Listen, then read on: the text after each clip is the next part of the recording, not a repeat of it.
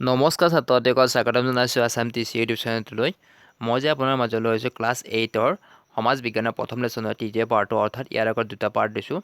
এইটো হৈছে তৃতীয় পাৰ্ট, অৰ্থাৎ যদি প্ৰথম এই দুটা পাৰ্ট চোৱা নাই চাই ল'ব, আৰু যদি মোৰ চেনেলটো ছাবস্ক্ৰাইব কৰিব যাতে আকৌ এনেকুৱা ধৰণৰ ভিডিঅ' পাই থাকে, তাৰ আশা কৰি মই আজি ক্লাছটো আৰম্ভ কৰিছোঁ। নমস্কাৰ।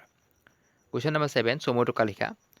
ক নম্বৰ বন্যপ্ৰাণী, খ নম্বৰ জীৱাশ্ম ইন্ধন, গ নম্বৰ মৰুকৰণ, ঘ নম্বৰ সৌৰশক্তি, ঙ নম্বৰ ভূমিস্খলন। উত্তৰ: বন্যপ্ৰাণী।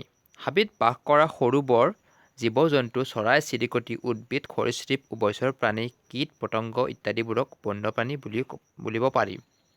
সকলো বন্যপ্ৰাণীয়ে হ'ল প্ৰাকৃতিক সম্পদ। বন্যপ্ৰাণীৰ উপস্থিতিত প্ৰকৃতিত সহজে ভাৰসাম্য ৰক্ষা হয়। দিনক দিনে জনসংখ্যা বৃদ্ধি আৰু মানুহ গতিবিধি লাহে লাহে বৃদ্ধি পায়, ফলত অৰণ্যত থকা বন্যপ্ৰাণীবোৰ জীৱনত সংকট নামি আহিছে। বহু ঠাইত চৰকাৰে বন্যপ্ৰাণীবোৰক সংৰক্ষণৰ বাবে বিষয় ব্যৱস্থা হাতত লৈছে। পৃথিৱীৰ মুঠ মাটিকালিৰ 1/3ৰো কম বননি ঘাঁহনিয়ে আগুৰি আছে। খ নম্বৰ জীৱাশ্ম ইন্ধন। জীৱাশ্ম ইন্ধনবোৰ প্ৰাকৃতিক সম্পদৰ লগত প্ৰত্যক্ষ বা পৰোক্ষভাৱে জড়িত। কয়লা, পেট্ৰলিয়াম, প্ৰাকৃতিক গেছ আদি হৈছে জীৱাশ্ম ইন্ধন। এনে ইন্ধনবোৰ নতুনকৈ সৃষ্টি কৰিব পৰা নাযায়। জীৱাশ্ম ইন্ধনসমূহৰ ব্যাপক ব্যৱহাৰৰ ফলত এইবোৰৰ পৰিমাণ দ্ৰুতগতিত কমি আহিছে। সেয়েহে আমি জীৱাশ্ম ইন্ধনবোৰ অলপ কমকৈ ব্যৱহাৰ কৰিব লাগে। সেয়ে এই ইন্ধনবোৰ সংৰক্ষণ কৰাটো আমাৰ কৰ্তব্য। গ নম্বৰ মৰুকৰণ।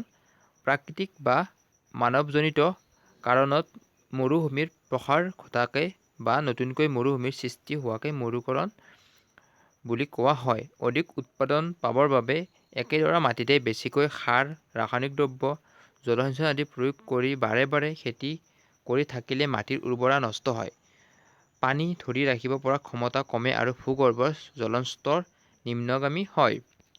ফলত অঞ্চলটোত শুকান বা মৰুসদৃশ হৈ পৰিব পাৰে।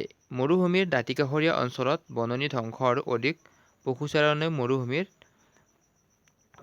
সৃষ্টি ঘটাব পাৰে।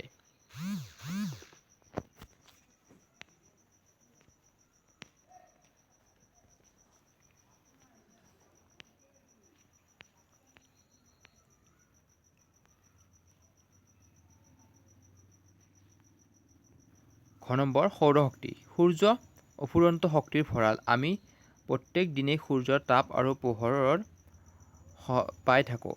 সূৰ্যৰ এই শক্তিক সৌৰ কোষৰ সহায়ত বিদ্যুৎ শক্তি উৎপাদন কৰিবলৈ ব্যৱহাৰ কৰা হয়। এই বিদ্যুৎ শক্তিৰ সহায়ত সৌৰ চৌকা, ছ'লাৰ কুকাৰ, ছ'লাৰ হিটাৰ আদি চলোৱা হয়। সৌৰ কোষৰ সহায়ত বিদ্যুৎ উৎপাদন কৰি ঘড়ী, বেটাৰী, বিদ্যুৎ সংযোগ নথকা গাঁৱত বিজুলী চাকিৰ যোগান ধৰাৰ উপৰিও এই শক্তিক মহাকাশৰ যান, উপগ্ৰহত আদিতো ব্যৱহাৰ কৰা হয়। ভূমিস্খলন। ভূমিস্খলনৰ প্ৰাকৃতিক কাৰণ আৰু মানুহৰ কাৰ্যৰ ফলত সংঘটিত এক দুৰ্যোগ। নেৰানেপেৰা বৰষুণ, ভূমিকম্প, জোকাৰণি আদিৰ ফলত ওখ ঠাইৰ ভূখণ্ড তললৈ খহি পৰাকে ভূমিস্খলন বোলে। পাহাৰীয়া অঞ্চলত মানুহে মাটি কটা বা গছ-গছনি ধ্বংস কৰাৰ ফলতো ভূমিস্খলন হয়।